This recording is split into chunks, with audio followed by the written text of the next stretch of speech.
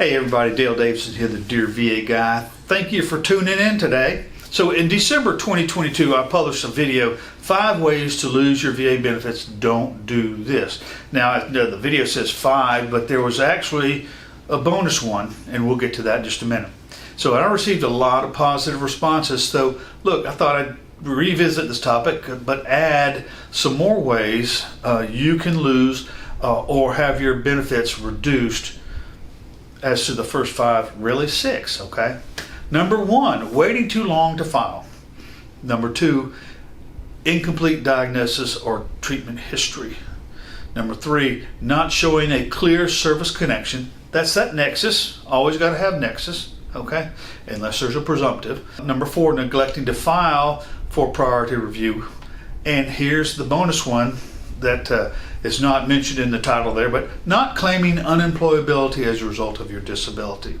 So let's start with number 7, dishonorable discharge.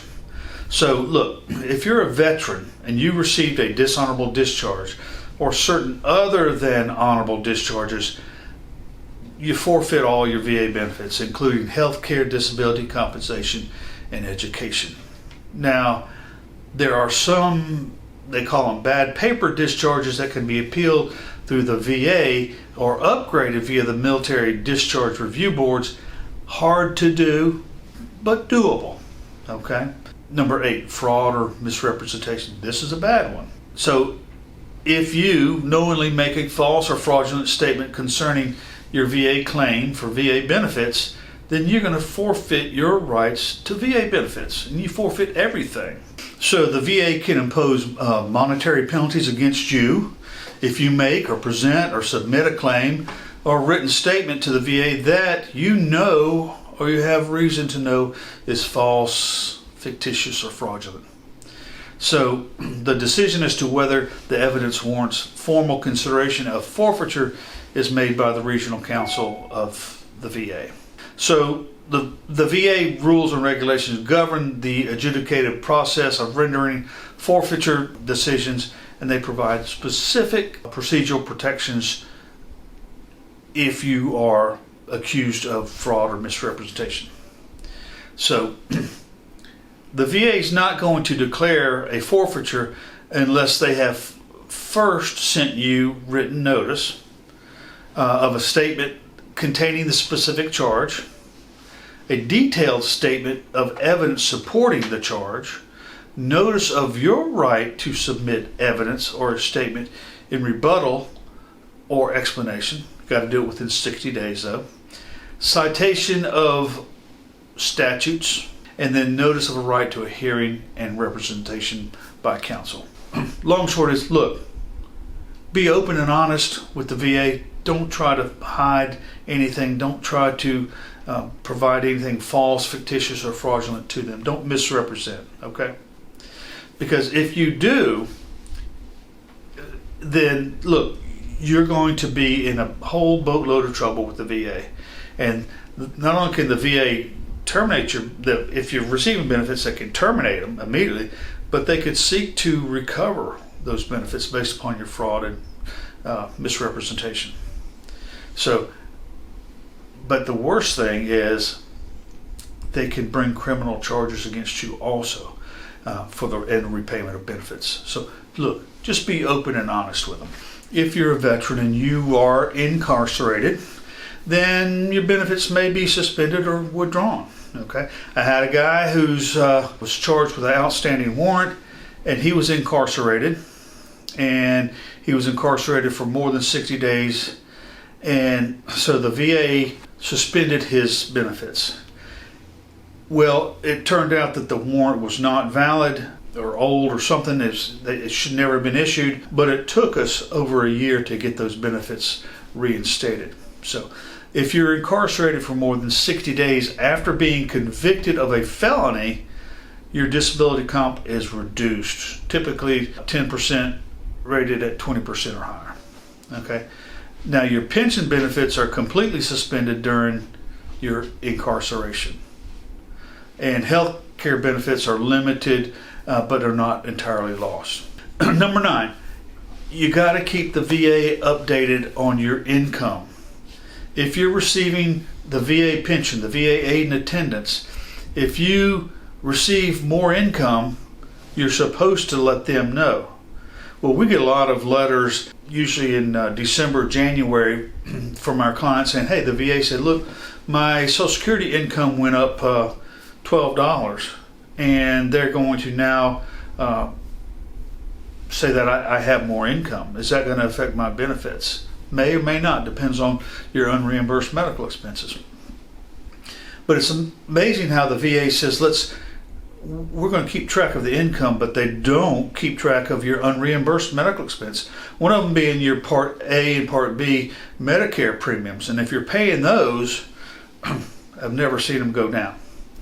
Not saying that they can't, but they've never gone down that I have seen.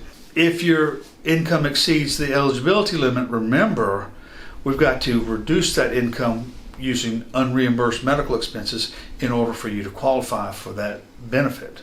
So your income goes up, we need to look at your unreimbursed medical expenses and make sure everything's going to be okay. So not receiving regular medical re-exams, and this is for disability comp benefits, okay? Now, some service-connected disabilities are subject to periodic medical re-examinations, another C&P exam. So if you don't show up for your scheduled exam, or if the VA says that you have improved significantly, your disability rating can be reduced or even terminated. So I suggest that if the VA sets forth that your disability has improved significantly, that you go out and you get you a second opinion, okay? Because they are often wrong in those reassessments. But don't ever miss a C&P exam. Number 11, let's say that you are part of the VR&E program. That's the Vocational Rehab and Employment Program. Now, if education and job training, okay, for disabled vets. So you've got to actively participate and follow the program guidelines.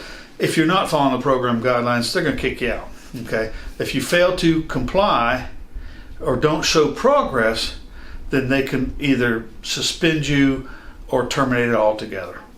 So just comply with the program requirements, okay?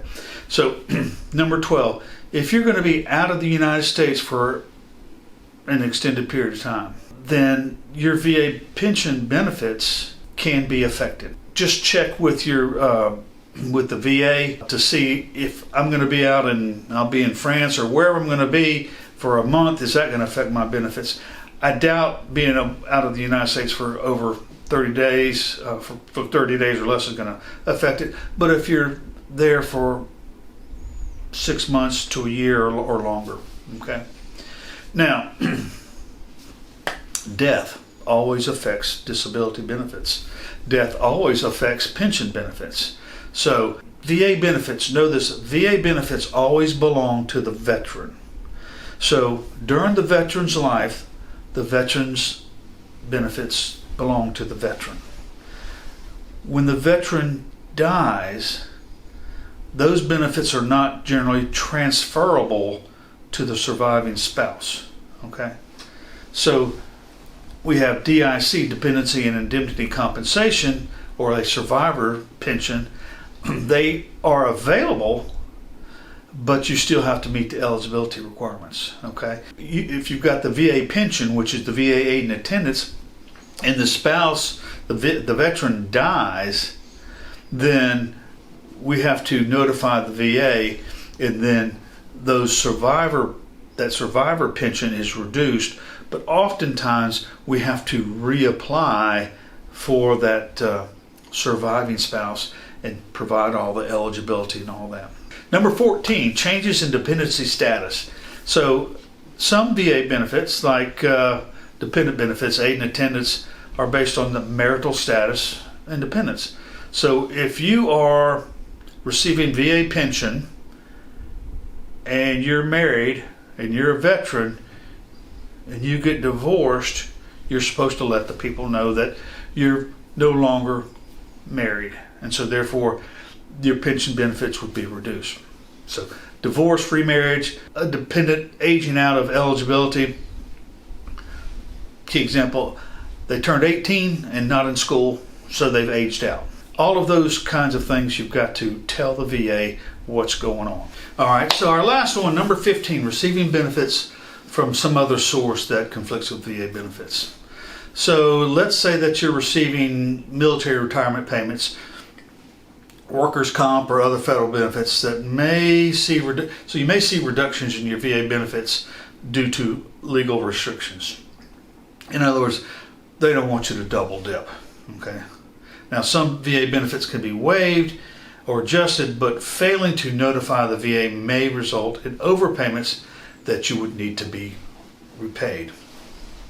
Again, just be open and honest with the VA. Say, look, I'm getting workers' comp, or I'm getting whatever it may be. Now, those benefits might not be taxable, but they're still income to you in accordance with the VA rules and regulations. So, here are my final thoughts on this. So, while most veterans retain their benefits for life, staying informed about the VA rules and regulations, updating your records, helps prevent losses and helps prevent suspensions and a lot of heartache here. If you're at risk of losing your benefits, then look, seek legal help or a VA representation to appeal any kind of decisions or to correct any issues. Hey folks, thank you for tuning in today. Hey, check out this video, 5 ways to lose your VA benefits. Don't do this, but remember, there's not 5, there's actually 6. Until next time, have a blessed day.